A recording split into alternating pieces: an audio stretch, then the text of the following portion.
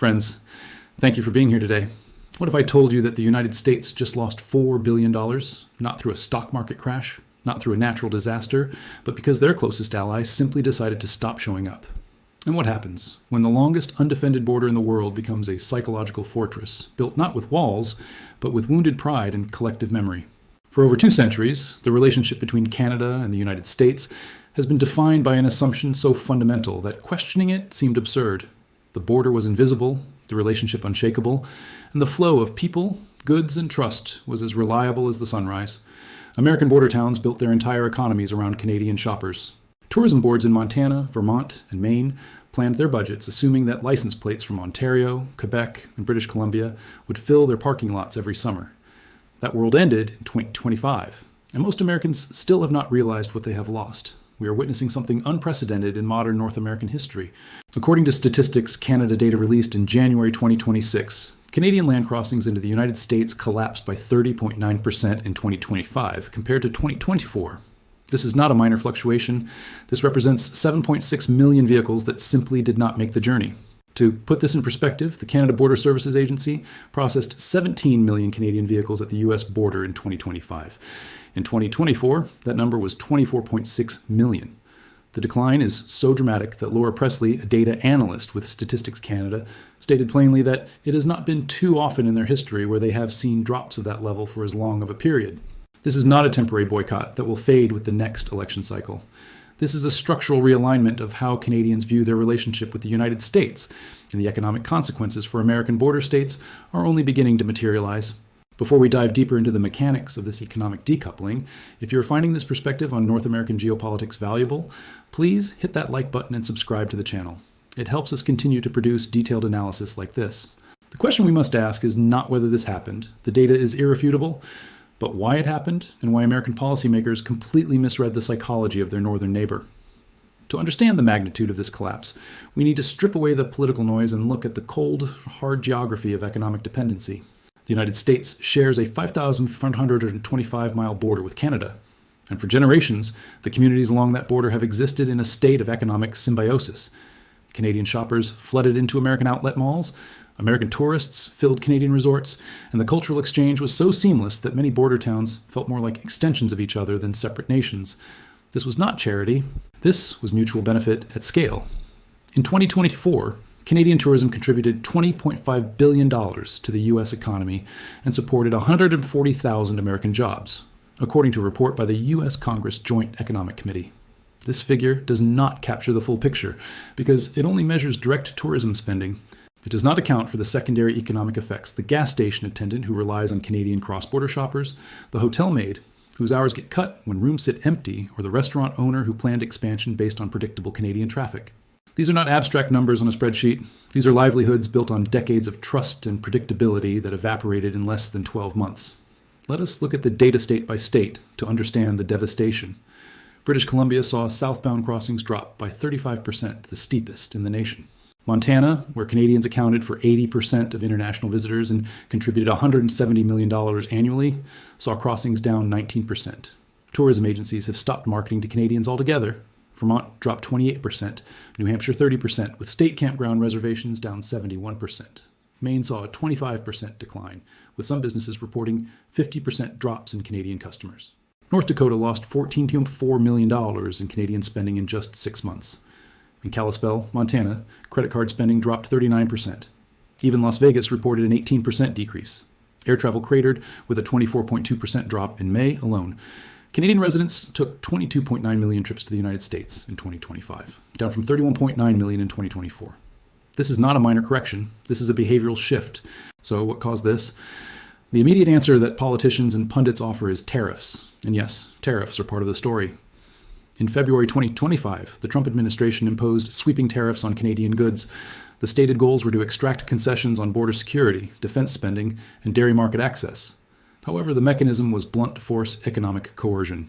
A 25% tariff on most imports and a 10% tariff on Canadian energy products.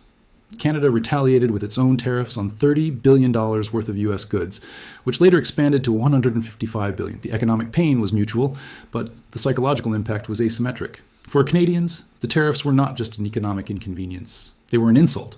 Canada and the United States are each other's largest trading partners.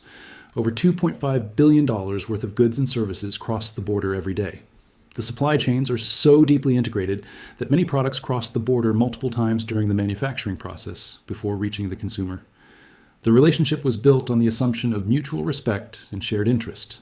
When the Trump administration imposed tariffs on Canadian steel and aluminum under Section 232 of the Trade Expansion Act, designating Canadian metal as a threat to U.S. national security, it shattered that assumption.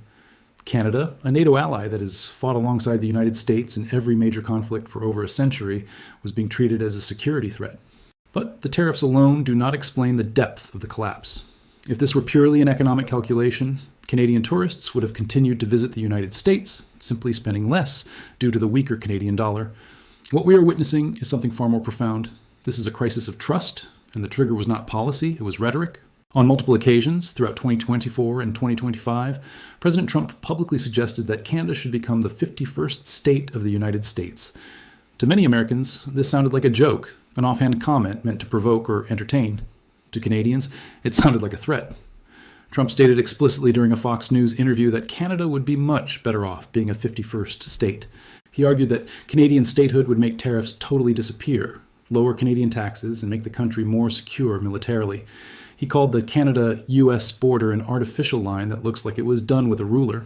He offered Canada protection under his proposed Golden Dome missile defense system, claiming it would cost $0 if they become the cherished 51st state, but $61 billion otherwise. These were not isolated comments. They were a sustained campaign. Mark Carney, who won the Canadian federal election in March 2025 and became Prime Minister, responded with clarity and force. He stated that the biggest risk to the Canadian economy is Donald Trump, who is trying to break Canada so he can own it. He told the BBC that Trump has territorial views and that annexation is never ever going to happen.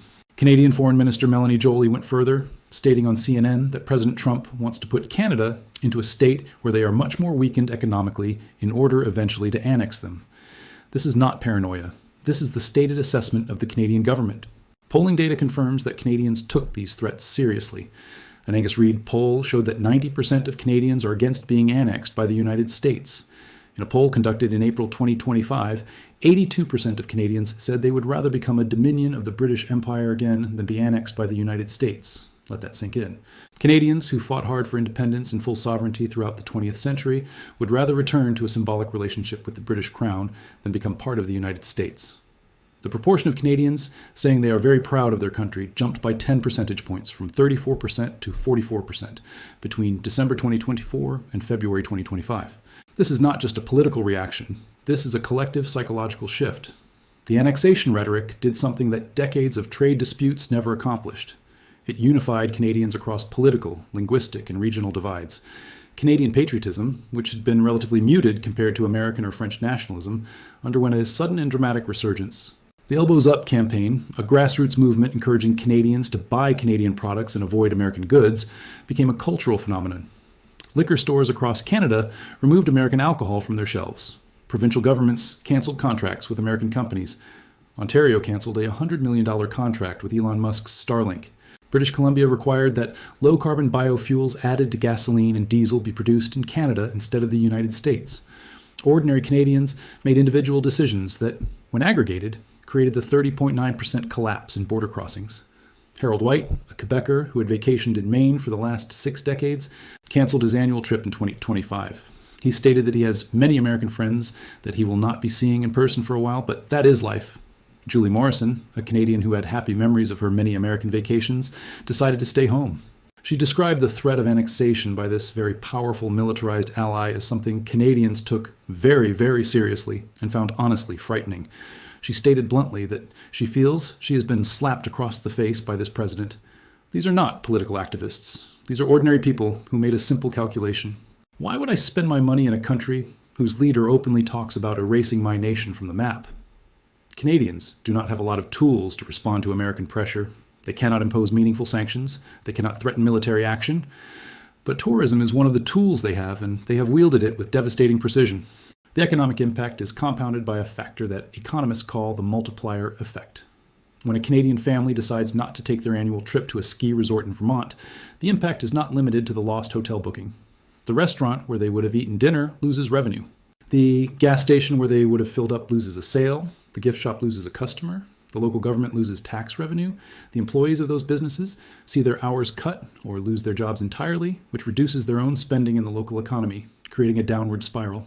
Lori Trotman, director of the Border Policy Research Institute at Western Washington University, stated that local economies in border towns are getting decimated by the lack of Canadian visitors.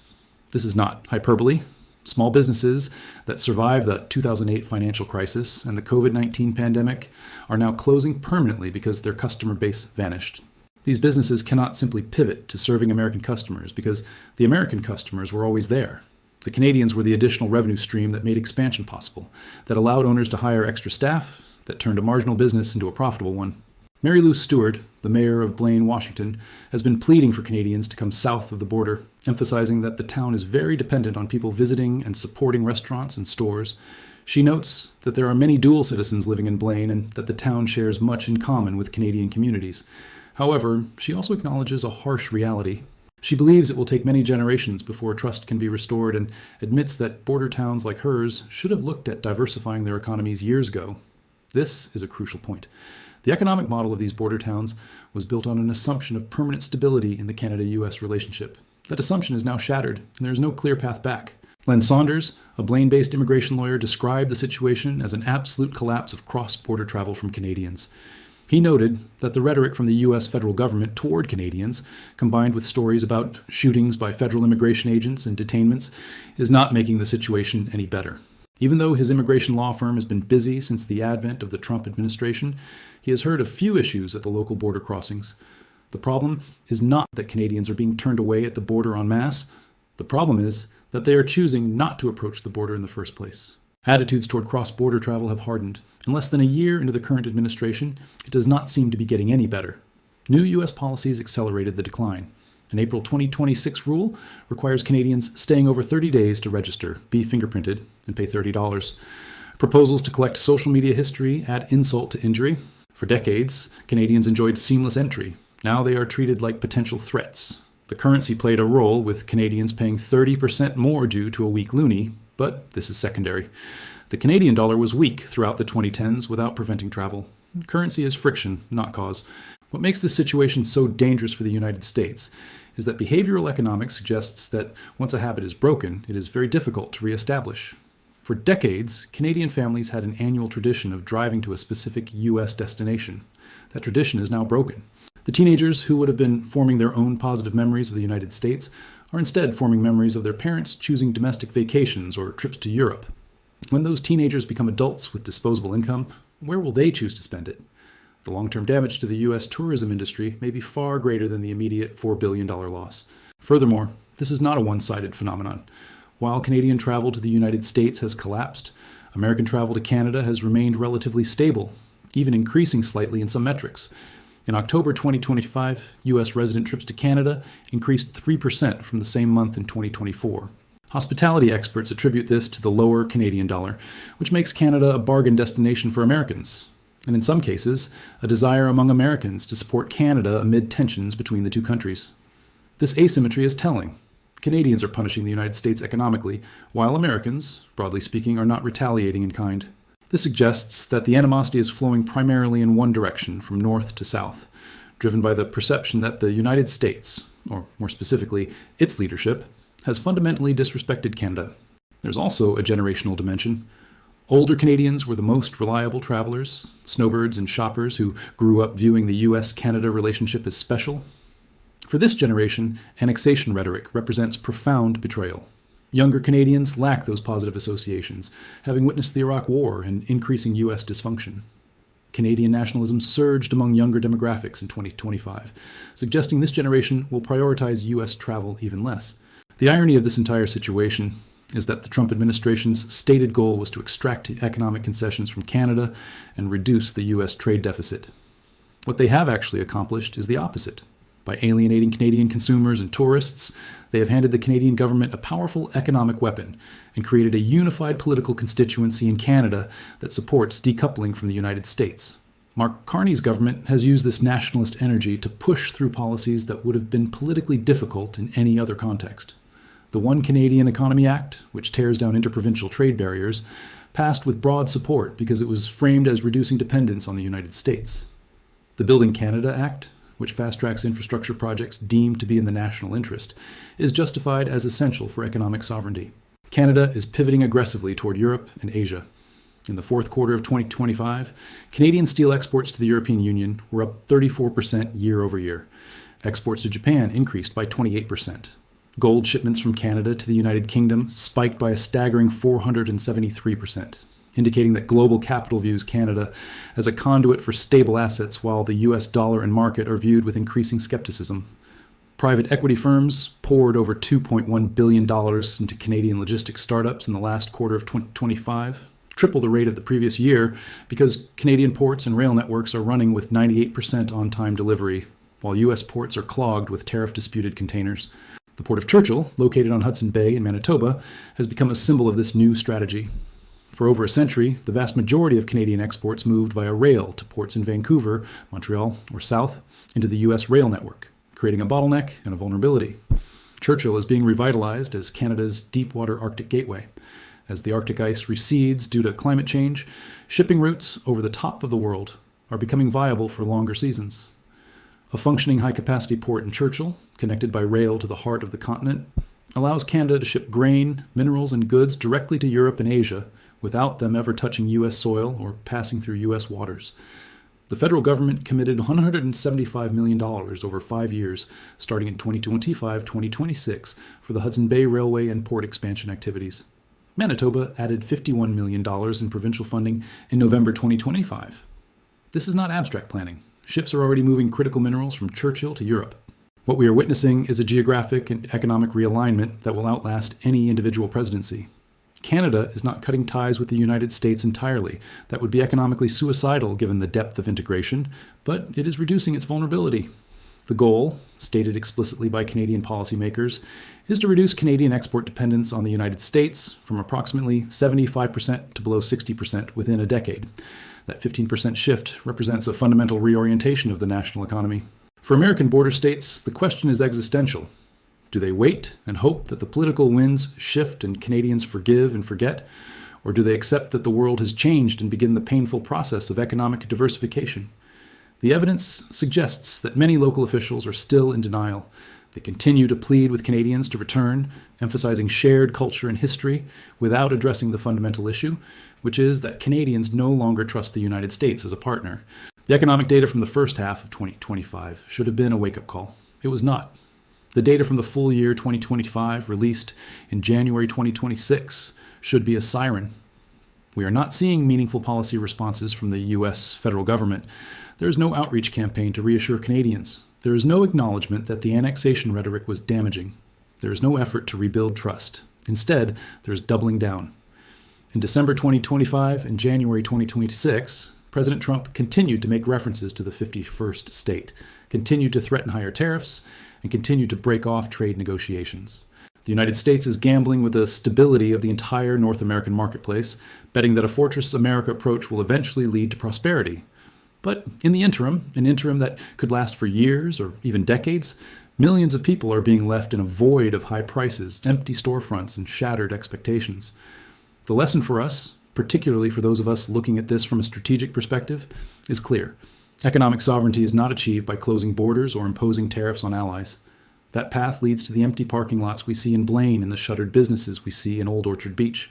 True economic sovereignty is achieved through diversification, internal efficiency, and the maintenance of trust.